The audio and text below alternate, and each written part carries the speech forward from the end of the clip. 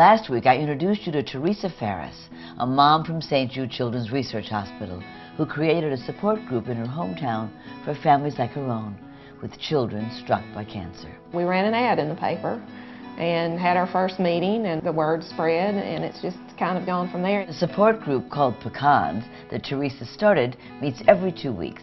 They share ways to get through their darkest times. I have learned that art helps me mentally and physically and helps my depression greatly. To hear someone that wants to start a group to help us all cope with the same thing was just like, that's what I need. None of us in here knew each other before we started this group. And little by little we have found each other and pulled them in, and it makes such a difference. It just helps, you know, to get to be here and share our stories and things with people that's been through the same things that we've been through. Teresa was the first one to call, and she was like guiding me, okay, here's what you need to tell them, here's what you need to do. I didn't want to be at a support group because I was, you know, had fears or frustrations. The main thing I wanted to be able to do was to help other people. Teresa's support group has made an enormous difference in the lives of Audrey and her mother, Kim. Audrey is a St. Jude cancer survivor.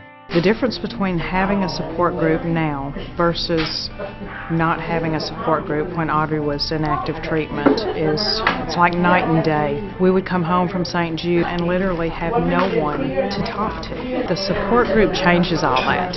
We're all in the same boat. The people in Pecans they know exactly how I feel. They know how much I hate cancer and I hate the medicine and stuff that I have to take, but they know that I have to do it. They're there for me no matter what happens. Cancer is just such, it just makes me sick saying the word. It's the hardest thing to beat. It's not like the flu or a cold or anything.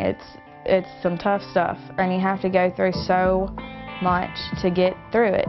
And a lot of people do, and they're the strongest people I know. The most difficult piece of all this is not knowing if the cancer is going to come back. In our case, Audrey's in remission right now, but every time you go back, every time she sneezes, every time we get a fever, we wonder, what's that? While having a child with cancer is the most challenging experience a parent can have, Teresa found her voice through the process. Congratulations to Kim, our runner in the group, for completing the half marathon on Saturday in 2.5 hours.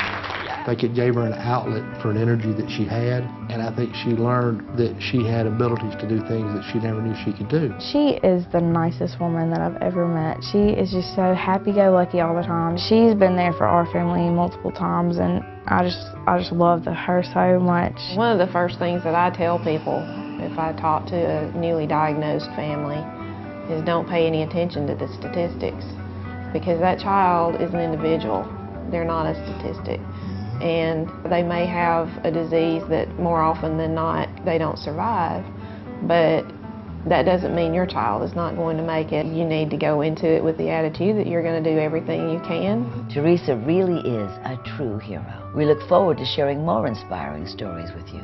Please nominate a hero that you know.